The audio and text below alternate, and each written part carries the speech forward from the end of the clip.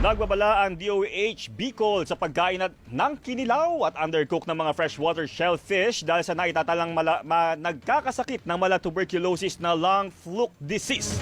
Balita mula sa Bicol, hatid ni Jonathan Maestrado. Jonathan! Jeffrey, sa sinuring 36 na TB patient sa Bicol na hindi gumaling sa 6 na buwang gamutan, natuklasan ng DOH na 27 rito ang misdiagnosed at paragonimiasis o lung fluke disease pala ang sakit.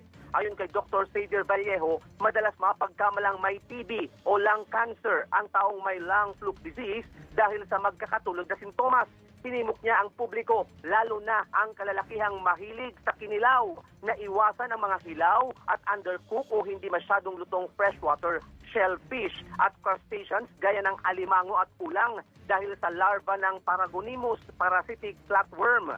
Nagagamot-an niya ang lung fluke disease pero maaaring kumalat sa ibang bahagi ng katawan kaya sa balat at utak kung mapapabayaan ang mga sintomas kabilang na ang matinding pag-ubo, lagnat, diarrhea at chest pain. At yan ang balitang kumpirmado, sigurado para sa DZMM. Jonathan Maestrado.